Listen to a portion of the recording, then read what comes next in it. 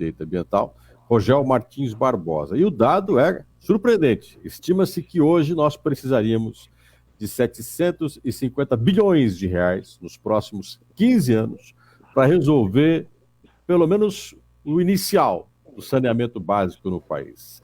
Doutor Rogel, antes de mais nada, bom dia. Bom dia, Gilson. Bom dia aos nossos ouvintes da CBN. 750 bilhões de reais é muito dinheiro, mas seria muito bem gasto, né, se fosse no saneamento, né? Eu acho que é quase se de repente não tivessem roubado tanto lá que detectou a Lava Jato, acho que aquele dinheiro resolvia o problema, viu? Mas como no Brasil ainda precisam levar dinheiro para o esgoto, mas se não tivessem gasto dinheiro com aquilo, eu acho que a gente já tinha resolvido o problema do saneamento no Brasil, viu, Gilson? E uma série de outros problemas que estão ligados ao saneamento, né? Agora, o que é surpreendente é que isso não é um problema novo. O senhor que estuda a questão ambiental, a história dos resíduos, é uma coisa que vem de longa data, já podia ter sido resolvida há muito tempo, né? Na verdade é assim, Gilson. Vamos dar alguns dados, né, para os nossos ouvintes assim terem uma noção do tamanho do problema. O que nós temos hoje, né? Assim, a gente tem no Brasil uma realidade bem ruim. Por exemplo, o Brasil são 210 milhões de habitantes, né? Então nós temos 101 milhões de habitantes que não tem coleta de esgoto, tá? 101 milhões de habitantes não tem coleta de esgoto. 36 milhões de brasileiros não têm água tratada. 36 milhões de brasileiros. Quando a gente começa a comparar com o tamanho de país, você vai ver que são muitos países da Europa não tem esse número. Então, assim, nós temos uma situação muito grave nesse sentido. E, para se ter uma ideia, né, uma coisa que a gente já sempre falou, né, o Brasil, de cada 10 litros que se capta, veja, então assim, nós já temos 36 milhões que nem água recebe, tá? Aí, mas assim, da água que é captada para a população que é atendida pelo sistema de abastecimento, 38% é jogado fora. É desperdiçado. Então pensa assim, de cada 10 litros, de cada 10 litros captados, na verdade, só vai chegar, na realidade, 6 litros e alguma coisa. Isso é um absurdo, 6 litros e 200 ml. Isso é um absurdo. Então, assim, nós temos um problema de ineficiência. E aí, quando a gente olha para a ineficiência, quem que a gente descobre? O Estado. 94% dos municípios do Brasil, as empresas de saneamento são estatais. Esse é o drama. E só 6% que está na mão da iniciativa privada. Até ontem, né, foi aprovado o novo marco do saneamento, né? Tentando dar um up, né? Só lembrando, assim, o Congresso festejou muito, mas o Congresso foi o que sentou em cima da medida provisória, porque esse marco, se eles tivessem analisado a medida provisória como foi apresentado no ano passado, esse marco já era coisa velha, né? Mas aí deixaram caducar e queriam outro projeto de lei para ficar discutindo, para demorar mais de ano para sair ontem, né? O marco do saneamento. Tudo bem, é importante nós termos um marco, nós vamos ter coisas boas nele, tudo bem, mas assim, era uma coisa que o Estado demorou a fazer, já poderia ter resolvido ano passado, mas não, sabe Deus, né? Aquele problema sempre da política, que a gente nunca sabe como é feita, né? Você acredita a Bismarck, né? Aquela história, né? Se soubesse como são feitas salsichas e a política, né? As pessoas não comeriam salsicha, né? E também, né? Não fariam política. Mas não foi outro, né? Parece que é outra pessoa que falou antes dele, mas tudo bem, também não é o nosso assunto aqui. Uhum. Mas assim, a nossa realidade é bastante ruim. E aí foi feito um estudo para dizer quanto nós precisamos de dinheiro, né? E aí se descobriu que, olhando o plano de saneamento, o Plano SAB, olhando a nossa realidade, se chegou à seguinte conclusão: nós precisamos de 753 bilhões de reais para poder realizar, para universalizar a questão da água e do esgoto. E lembrando, Gilson, que no Brasil até a universalização não é o conceito da lógica. Porque o conceito da lógica significa o quê? Universal é aquilo que atinge a todos, né? É. Mas no Brasil, a lei diz que universalizar é somente 90% de esgoto e 99% de água. Nem precisa ser 100%, então. Então, não precisa, até o conceito aqui no Brasil, a lei interfere para mudar, né? Então, assim, já vai ser considerado universal o atendimento de água e de esgoto se atingir 90 de esgoto e 99, se eu não me engano, de água, né? Veja que coisa interessante, né? Agora, o que eu estou achando um absurdo, porque está vivendo uma das maiores secas da história do Estado, falta água, a gente tem que ter responsabilidade do uso de água, e pelo que o senhor colocou, de cada 10 litros, só 6 chega para as pessoas, 4 desperdiçados. Na verdade, eu dei média Brasil, né? Mas, por exemplo, tem estados que de cada 10 eles jogam fora 7, tá? E o Paraná ele é um pouquinho melhor. De cada 10 ele joga fora 2,5 litros, mais ou menos. Eu não lembro exatamente se é 22 ou 27% que é perdido no Paraná. Norte Ainda e não... Nordeste do país onde há mais desperdício. Oi? Norte e Nordeste do país onde tem mais desperdício. É uma realidade, é uma triste realidade. Onde eles mais precisam, aonde principalmente o Nordeste, né? O Norte tem água em abundância, mas o Nordeste é especial, né? Onde se mais precisa, onde se mais se joga fora, né? É problema de gestão, né? Novamente a gente volta a falar, né? O problema de gestão. E o que acontece é o seguinte, Gilson, a água, o esgoto, é igualzinho a questão do lixo. A água é assim, chegou para mim, tá resolvido o meu problema. Ponto. Eu não quero saber se ele perde para mandar água para mim, né? O lixo tirou da frente da minha casa, estou feliz também. Não preciso saber o que ele vai fazer, se vai tratar, se não vai, também estou feliz. E o esgoto é assim, o esgoto foi embora? Foi, não importa se era uma fossa negra, porque fossa sanitária as pessoas não fazem, né? Então faz uma fossa negra, né? Um sumidouro apenas no seu quintal. Ou se canaliza aquilo e não importa se a empresa não vai tratar direito o esgoto, daí não importa mais nada. O negócio é mandar embora, né? Então, assim, nós temos que mudar essa realidade e essa realidade se muda com conversas como a nossa aqui. Nossos caros ouvintes, comecem a refletir, né? Porque essa conta de não se preocupar, ela se torna tão cara, e a gente não nota que está perdendo muito dinheiro, né? 753 bilhões, numa conta muito cara, né? É muito caro tudo isso. Tá certo que a gente brincou, mas é fato, né? Se o país não tivesse corrupção, esse dinheiro não seria problema, né? Mas fazer o quê? A gente tem isso, e é outro assunto que a gente tem que prestar atenção também. E quando a gente fala em saneamento, tem muito problema, né? Não é só perda de água que a gente tem nisso, né? Tem muita perda de dinheiro público, né?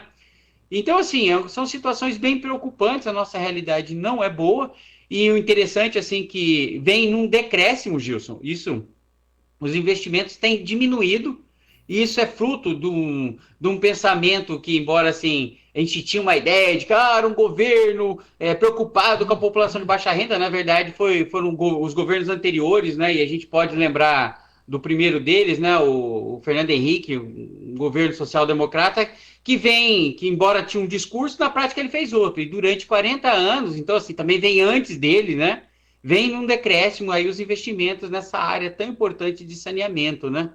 Então assim, agora chegou nesse governo esse problema, mas ele já existe, todos os governos anteriores, né, pensa aí, né, eu nasci, o pessoal já estava começando a se descuidar do problema, né, olha que coisa absurda, né. Pô, se você nasceu, imagina quando eu nasci, né? Já tinha esse problema faz um bom tempo. Agora, uma coisa que eu acho importante, Rogel, e queria fechar essa conversa com você rapidinho para você falar disso. Quer dizer, a gente continua não investindo no que deve, no que poderia resolver uma série de outros problemas. Diante dessa pandemia que nós temos, se nós tivéssemos uma questão de saneamento bem resolvida, o enfrentamento dela seria bem diferente, e a gente continua jogando dinheiro fora, assim como água, né? O problema é assim, Gilson, a gente... É que o Brasil, assim, ele é feito de emergências, não de gestão e de planejamento, né? Então, assim, qual que é o problema da hora? E o problema da hora, a gente vai fazer de que jeito? E aí, você sabe, né? Assim, me desculpem, né, os nossos ouvintes, mas os que têm me ouvido sempre devem notar isso, né? Eu acho que nós temos um problema grave. O maior problema do Brasil hoje se chama Estado brasileiro. Nós temos excesso de Estado nas nossas vidas. As pessoas têm que começar a entender uma coisa. Você não tem que pedir nada de qualidade do Estado. Você tem que pedir que o Estado saia da tua vida e que sobre dinheiro na tua mão para você gastar e investir onde você precisa, cidadão, né? E isso é complicado. Então, assim, o que vem com o novo marco que foi aprovado? A possibilidade de se aumentar a participação privada. Isso é muito interessante. Porque, assim, o privado, inclusive o próprio poder público, ele é mais eficiente em cobrar o privado do que se autocobrar, não é assim? Então, para ele é prático cobrar. Cobrar é fiscalizar, cobrar, multa, dinheiro, caixa. Então, assim, o Estado é mais dinâmico nisso. Então, deixa ele fazer só isso. E deixa quem sabe fazer, realmente fazer o serviço bem feito, né?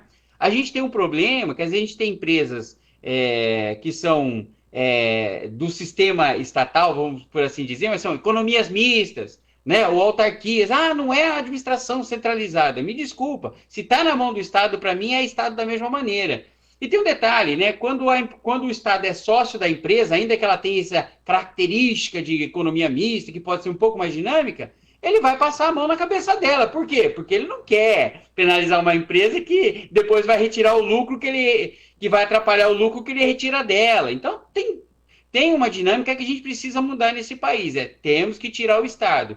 Agora, o meu outro medo, e aí é assim, vamos pôr a iniciativa privada financiando com que dinheiro? Público. Bom, daí também é uma outra coisa a ser pensada, né? Mas nesse país é assim, né? Porque, no fundo, essa nossa geração é uma geração criada já sob um pensamento socialista de Estado absoluto.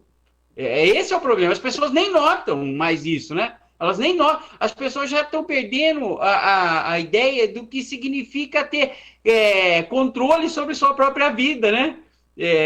O conceito de liberdade até está se perdendo, né? Porque liberdade é você poder escolher, né? E esse país está cada dia você não escolhe nada, né? Tudo é monopólio, oligopólio, né? E tudo tem a mão do Estado, né? É aquela velha história, você sabe disso melhor do que eu, que onde tem Estado demais e você cria gerações desse tipo de Estado, a população fica dependente, infantilizada, sempre na espera de que o Estado faça o que ela na prática deveria fazer, né? Justamente, né? Assim, às vezes a gente tem uma. Eu lembro, né, quando eu era garoto, sempre tinha um ranço. Ah, os americanos, lembra, né? Isso parece que a gente era na escola, olha que absurdo, né? Mas olha para eles, né? Eles construíram um Estado de maneira que o Estado intervisse o mínimo na vida deles, né? Estão sofrendo agora uma mudança, tudo bem, porque isso está um movimento global perigoso que está acontecendo aí, mas assim, você observa que as pessoas lá, ela do tipo assim, bom, o que eu posso fazer para resolver minha vida? Não o que alguém pode fazer para me ajudar. E a gente tem que mudar essa nossa cultura, né? Então assim, o que nós podemos, nós fazermos, não o que as pessoas podem fazer por nós, né? Não é exigir sangue, suor e lágrimas, é ter consciência da sua obrigação pessoal, né? É o pai de família realmente poder mandar na sua família, no sentido de dar um norte para eles, ser um provedor para eles, né? Mas o que acontece é que, a gente está falando de saneamento, né? Mas vamos começar pela educação. O pai não pode aqui no Brasil, embora eu sempre entendi que isso era possível, fazer ele mesmo, um pai com condição, poder fazer o homeschooling. Aí já fala que é abandono intelectual, e a gente sabe que a maioria das famílias que fazem homeschooling, isso teria que ser um tema a ser abordado à parte, né, por exemplo, dão uma educação muito melhor do que se mandasse o filho para o Estado educar, né, que nós sabemos como é que anda a qualidade do ensino. Então, assim, mas não, o Estado tem que estar lá, mas por que eu sou obrigado a mandar para o Estado, né? E aí, isso está ampliando, né? Você tem na questão da própria saúde, todo mundo reclama da saúde do Estado. Já experimentou você não pagar imposto e poder usar o seu dinheiro para contratar o médico que você quisesse? Mas o que eu ouço as pessoas falar? Não, eu quero saúde pública de qualidade. Não, experimenta ganhar o dobro do que você ganha e poder escolher o médico que você quer. Mas as pessoas não pensam assim. Então, aí o Estado vai fazer o quê? Aquilo que ele sabe fazer de melhor. Ah, então eu preciso de mais imposto para melhorar a saúde. Mas ele não vai melhorar a saúde, porque ele precisa da saúde ruim para falar que precisa de mais imposto. As pessoas não entendem isso. Todo o serviço do Estado tem que ser ruim para justificar que ele precisa cobrar um pouco mais de você. Esse é o nosso drama. Ô, Rogel, para a gente encerrar, eu estou com o meu tempo esgotado, mas enfim, só para marcar aí a participação de ouvintes nossos nessa nossa conversa, a Maria Sueli diz o seguinte, né? Ela disse sobre a questão do meio ambiente, que ela considera que é muito grave, ela considera a água, por exemplo, né, como benefício para as pessoas, principalmente pessoas de baixa renda, e ela vê muita gente gastar água de forma exorbitante, né? Não tem problema, porque dizem, né, que não tem problema, porque são elas que pagam, né? E a outra questão é da reciclagem, que ela acha que é preciso dar um jeito nisso, né? E o nosso ouvinte, o Júnior, diz o seguinte, ó, 750 bilhões de reais. Meu medo é que haverá licitação para isso. Não, mas com a pandemia, os decretos todos liberaram as licitações, né, Gilson? Tem uma coisa pior ainda, né? Sem licitação, olha, nosso ouvinte aí se preocupe mais com a pandemia. Ô, Gel, um abraço, meu amigo. Tudo de bom para você. Até o próximo encontro. Agradeço aí aos nossos ouvintes e um excelente dia para vocês. Até mais. Um abraço, até mais. Conversei com o Rogel Martins Barbosa, advogado, especialista em meio ambiente, especialista em história, né, de resíduos, é doutor em direito ambiental e também é colunista do GMC Online. Falamos aí sobre